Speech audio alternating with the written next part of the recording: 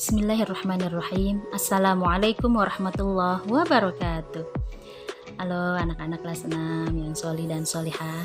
Bagaimana kabar kalian hari ini? Ibu doakan semoga kita semua selalu sehat walafiat dan dalam perlindungan Allah Subhanahu wa Ta'ala. Amin. Anak-anak, hari ini kita akan mempelajari materi pelajaran 4, yaitu Ayo Membayar Zakat. Adapun tujuan pembelajarannya adalah memahami hikmah zakat sebagai implementasi dari rukun Islam. Sebelum mulai belajar, mari kita membaca doa terlebih dahulu ya. Bismillahirrahmanirrahim. Raditu billahi robba, wa bil islami dina, wa bi muhammadin nabiyya wa rasula. Rabbi zidni ilman, warzuqni fahman. Amin. Anak-anak, apa sih artinya zakat? Zakat secara bahasa artinya suci, bersih, atau membersihkan. Sedangkan secara istilah artinya mengeluarkan sebagian dari harta tertentu untuk diberikan kepada golongan tertentu. Zakat ada dua macam. Yang pertama, zakat fitrah. Zakat fitrah artinya mengeluarkan beras atau bahan makanan pokok lainnya sebesar 2,5 kg atau 3,5 liter tiap orang kepada orang-orang yang tidak mampu. Hukum membayar zakat fitrah adalah wajib. Waktu membayar zakat fitrah itu boleh dimulai dari tanggal 1 Ramadan sampai dengan menjelang sholat Idul Fitri. Selanjutnya, siapa saja orang yang wajib mengeluarkan zakat fitrah? Yang pertama, tentunya yang beragama Islam, baik laki-laki, perempuan, sejak usia bayi, anak-anak, maupun lanjut usia. Yang kedua, memiliki penghasilan yang cukup untuk kebutuhan sehari-hari. Jadi, zakat fitrah untuk anak-anak merupakan tanggungan orang tua mereka. Dan yang ketiga, orang tersebut masih hidup sampai dengan akhir bulan Ramadan. Selanjutnya, zakat yang kedua yaitu zakat harta atau zakat mal. Zakat mal artinya mengeluarkan sebagian harta kekayaan yang dimiliki apabila telah mencapai nisab. Apa itu nisab? Nisab adalah lama waktu suatu harta menjadi milik seseorang dalam jumlah tertentu.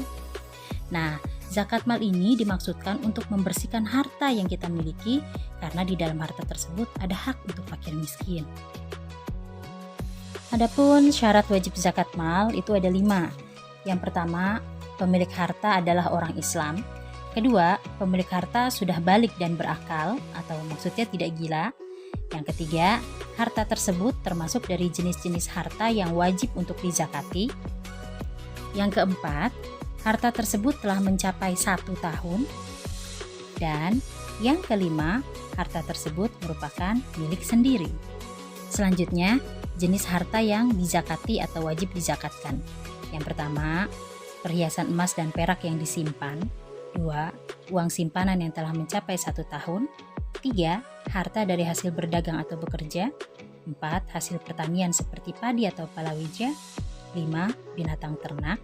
Dan yang keenam, barang temuan seperti perhiasan maupun barang-barang kuno atau antik. Anak-anak, orang yang berhak menerima zakat disebut dengan mustahik, sesuai dengan penjelasan Allah dalam surah At-Taubah ayat 60. A'udzu billahi minasyaitonir rajim. Bismillahirrahmanirrahim. Innamas shadaqatu lil fuqara'i wal masakini wal 'amilina 'alaiha wal mu'allafati qulubuhum wa fir riqabi wal gharimina wa fi sabilillahi wa ibnis sabil fariidatan minallah wallahu alimun hakim. Shadaqallahul azim. Berdasarkan ayat tersebut, terdapat 8 golongan orang yang berhak menerima zakat. Yang pertama, orang fakir, yaitu orang yang amat sengsara hidupnya, tidak mempunyai tenaga dan harta untuk memenuhi kebutuhan hidup. Yang kedua, orang miskin, yaitu orang yang tidak cukup penghasilannya untuk memenuhi kebutuhannya sehari-hari. Yang ketiga, pengurus zakat atau amil, yaitu orang yang diberi tugas untuk mengumpulkan dan membagikan zakat. Keempat, mu'alaf, yaitu orang yang baru saja masuk Islam dan imannya masih lemah. Yang kelima, orang yang berhutang atau ghorim, yaitu orang yang hutangnya untuk kepentingan yang bukan maksiat dan ia tidak sanggup untuk membayarnya. Keenam, orang yang berjuang di jalan Allah atau disebut dengan fi sabilillah. Termasuk di dalamnya adalah orang yang berjuang untuk kepentingan umum seperti mendirikan masjid, musola, sekolah, madrasah, rumah sakit, dan sebagainya. Yang ketujuh, hamba sahaya, yaitu budak yang harus dimerdekakan. Itu ada pada zaman Nabi dulu, sekarang sudah tidak ada lagi anak-anak. Dan yang kedelapan, ibnu sabil, yaitu seorang anak yang sedang menuntut ilmu namun kesulitan dalam pembiayaan. Nah, kalau orang yang berhak menerima zakat disebut dengan mustahik, maka orang yang wajib mengeluarkan zakat disebut dengan muzaki. Selanjutnya, hikmah mengeluarkan zakat atau hikmah berzakat.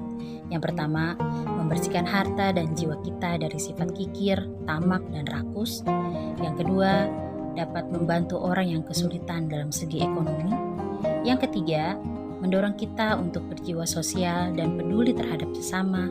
Keempat, mendorong untuk bersikap jujur dan tanggung jawab atas harta yang kita miliki. Dan yang kelima, hikmahnya adalah mengingatkan kita bahwa harta hanyalah titipan dari Allah.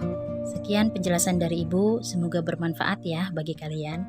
Pesan Ibu, jangan pernah tinggalkan sholat 5 waktu, rajin mengaji di rumah setiap hari, jaga kesehatan, dan selalu berbuat baik dimanapun kalian berada. Tutup. Wassalamualaikum warahmatullahi wabarakatuh.